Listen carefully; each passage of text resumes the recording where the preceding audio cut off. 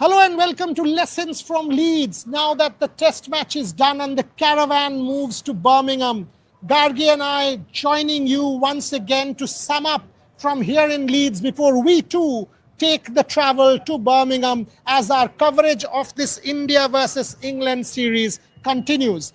Now that the dust has settled, now that we've been able to soak it in, that unfortunately India was not able to drive home the advantage and make the most of that opportunity, here are 5 reasons. So she takes 1, I take 2. We will go in that order. Our 5 life lessons from Leeds that India could have done better and what they can do going into Birmingham. Your first one. Has to be the fielding. That is the biggest lesson there. And you know, in Test cricket, every single run matters. Now, if you look at the amount of boundaries conceded, the amount of misfields, the amount of dropped catches, one of the biggest reasons why India ended up losing that match. Ben Duckett, you've dropped in both of those innings. In the second one, he was at 97 when you dropped in. When Yashasvi Jaiswal dropped him at the deep, and it could have changed everything. You could have bundled out, especially in that first innings. When you really look back and count your chances, there are at least 5 to 6 dropped catches and chances. You've got a Jasprit Bumrah no ball, which is okay, we'll give it to him because he got you a lot more than that.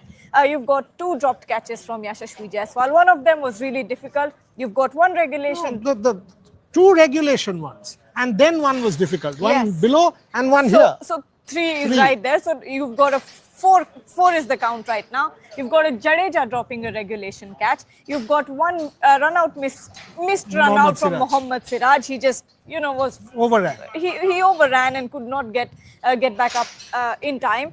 But when you really think and of this, 1 drop by Rishabh Pant. Oh yes, Harry Brook. So how many? 7. That's 6. And if you want half chances, I'll give you the Sai Sudarshan at the forward short leg. So when you think about these, England could have been bundled up by what? 200? India could have at least got a lead of 70-80 runs. And add that to this total that India had, I thought it was India's game. Spot on. Spot on. My number 2, I thought discipline. I actually will borrow from her. Test match cricket is always about discipline. When you are 430 for 3, you don't give it up there, you get it to 550. That is what was done in 2002 when Saurav Ganguly, Sachin Tendulkar, Rahul Dravid won that test match at Headingley. When you are 350 for 5 in the second innings, you take that lead to 425, you bat England out of it, don't get folded up for 360, allowing them a 370 chase. Another 50-60 runs would have made it completely different. Even time, England would not have the time to close things out with a stop-start day. So discipline, when you had momentum, when you had control, had India showed a bit more discipline, the point that my colleague just made about catches and on the field, I'm extrapolating that and taking it to our lower middle order. Don't come and throw your wickets away. Ravindra Jadeja was batting out there. Prasidh Krishna, facing the last ball of the spinner, plays a hoik. He was defending. They had already batted 4 overs. Jadeja was farming the strike. He had already scored a 6 and a 4 of Josh Tongue. Another 15-20 runs the tail. The English tail wagged. The Indian tail did not. And that for me, discipline is the central issue why India lost the Leeds test match. Point 3. Point 3 is obviously Prasidh Krishna and Shardul Thakur, one of the biggest reasons why India let the match slip away, why it slipped out of India's hands. Now you look at Prasidh Krishna, he's got the talent, he's got the ability, he's got those variations as well. Now he also is a very, very tall bowler, so you know he's going to extract that uneven bounce from the pitch, and the pitch was offering that. There were, by the second innings, there were indentations on that pitch. There was a lot of hope that you could extract from that pitch, but Prasidh Krishna, because of his indiscipline, because of the way that he was completely spraying it around throughout the game. He would bowl 3 good deliveries, 3 brilliant deliveries that would trouble the world-class batters. Someone like a Joe Root was getting troubled by a Prasidh Krishna. But then the next second, you would see an absolutely horrendous delivery from him. This is the kind of consistency or inconsistency that you do not want to see in a premier fast bowler that's playing in England for the Indian cricket team. Shardul Thakur, on the other hand, now Shardul Thakur has been a complete disappointment throughout the series. Nothing from the bat, nothing from the ball. Now you have to give it to him that those two freakish outs, because any other day that full toss would have gone for a boundary, but that stuck. It went for a catch. But apart from that, if you really look at it, he was so expensive. He bowled the least amount of overs, yet conceded close to what Prasidh Krishna did, and that's not something you want to see on the scorecard. Plus, he did not contribute anything with the bat. So what are these two bowlers doing? Absolutely important point that she makes about the bowling. Shardul Thakur and Prasidh Krishna, at one point during the luncheon break, Jasprit Bumrah had conceded 2.5 an over. Mohammad Siraj had conceded 3 an over. Ravindra Jadeja had conceded 2 an over. Prasidh Krishna had conceded 6 plus. Shardul Thakur had conceded 6 an over. That is when England took the game away. And multiple times this has happened, that the pressure has gotten released. 4. I will actually take it. The lesson is this England lower middle order and the Indian lower middle order. We keep talking about batting and putting a price on their wicket, and the top order delivered time and again. KL Rahul, brilliant in both innings. Yashasvi Jaiswal, excellent in the first innings. Sai Sudarshan, second innings, gave us the 30, negated the new ball. Shubman Gill, brilliant in the first innings. Rishabh Pant in both innings. So clearly, the batting department, as far as the top order is concerned, delivered with consistency. You got a 470, you got a 360. Hardly ever in overseas conditions has Indian batting stood up like this. The top order, that is. Now, 7, 8, 9, 10. Even before the series, we have been talking about it. Shubman Gill made this point in the press conference, that answer to Rohan Chaudhary, that 7, 8, 9, 10, the bowlers need to contribute. Look at England. Chris Wokes, Jamie Smith onwards. Jamie Smith, Chris Wokes, Bryden Cast. England 7 to 10, 11, 110 plus runs. India 7 to 10, 11, 15 runs. So lesson to be learned, that your batters, whoever it is, a Mohammad Siraj, a Jasprit Bumrah, a Prasidh Krishna, whoever plays, a Kuldeep Yadav, you cannot just throw your wickets away. Even in the second innings, Siraj and Bumrah back-to-back deliveries got out, and not shots which were defensive shots. They were expansive, the Bumrah drive.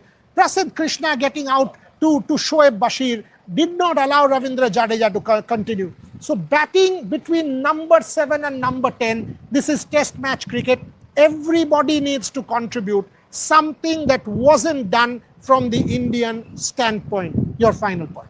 Final point, because we've talked about all the critical aspects of the Indian team. I think number 5 has to be the biggest takeaway. The biggest positive takeaway from this series is the batting.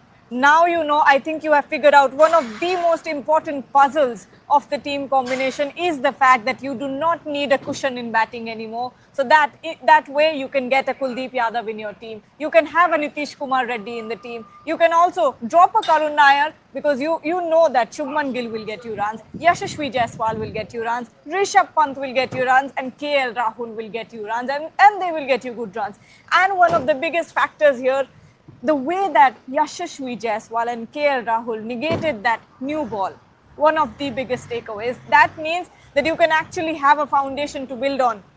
Yes, the lower middle order did not perform, but at least they have something to build on. Even Sai Sudarshan showed some glimpses of brilliance in that second innings as well. I think he did his job there. Yes, he did not get a huge score. He got out for a 30, but again, that partnership with KL Rahul, negating that new ball for 20-25 overs is something that we needed to see from Sai Sudarshan, and I think he's proved himself.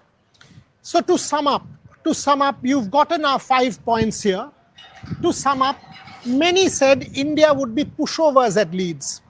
Many said in 3 days this test match is over. Leeds is the English fortress. That's why it was planned. Headingley, India would be brought here, bundled off, and then taken to Birmingham 1-0 down. Morale completely down for this young team. India exceeded expectations on day one with the bat, 350 for 3. Day 2, yes, you could have said 500 plus should have happened. India folded up for 470, the point that Gargi just made. But India was able to compete. India was able to compete. So 5 test matches, there is absolutely no reason to believe that against this English bowling attack, maybe a Jofra Archer will come in. Against this English bowling attack, India will not be able to score runs. India can score runs. India can score runs. Now, if you can score runs, what are the embellishments that you need? She's pointed out the 2 that I said on last night's show. Nitish Kumar Reddy, maybe for a Karun Nair, and Kuldeep Yadav, the attacking option. You have to bring in an attacking option, either an Arshdeep Singh if the track is green, or Kuldeep Yadav. These tracks are good for batting. They will be roughed up. There will be opportunities on day 4, day 5 for the spinners to come into play. Ravindra Jadeja was a handful from the rough, and imagine Kuldeep Yadav being there. So the point that she makes absolutely fair. To sum up, lessons from Leeds: you can compete. You can compete. Get your team combination right. You don't need to go defensive anymore. No insecurities with the batting. This is a good enough batting department. 11. Play your best 11, irrespective of the conditions. This has happened with Indian cricket in the past, in the WTC final. Many times, as Gargi Raut says, this is where we need to get it right in Birmingham. That's our last 12 noon show from here in Leeds. She and I will be doing 5 at 5. We resume 5 at 5 today. At 5 p.m. we join you live from Leeds as I make my way to Birmingham. And my young colleague will be a day here in Leeds, enjoying herself, seeing the sights and sounds which she wasn't able to do with the test match starting. So she will have the day off after the 5 p.m. live. And she joins me in Birmingham on the 26th. So watch 5 p.m. 5 at 5, Gargi and I will take as many questions as possible. The rest of the boys, Shubhayan and Rohit, will be live in Hindi. Trisha, Rohan and Devashish will be doing their stuff in Bangla. So our full throttle coverage, the caravan will move to Birmingham now, another fascinating city, and India will know that the error margin has now reduced. They've learnt their lessons, or will they, will now be proved in Edgbaston, one of those cricket grounds where in 2022, England chased down 377. Exactly what they did here in Leeds, 370. So can India get it back? Can Birmingham be different for India? Beautiful city. She's not been there ever. So it's time to go to the curry place in the United Kingdom. See you at 5 p.m. for our last show from here in Leeds.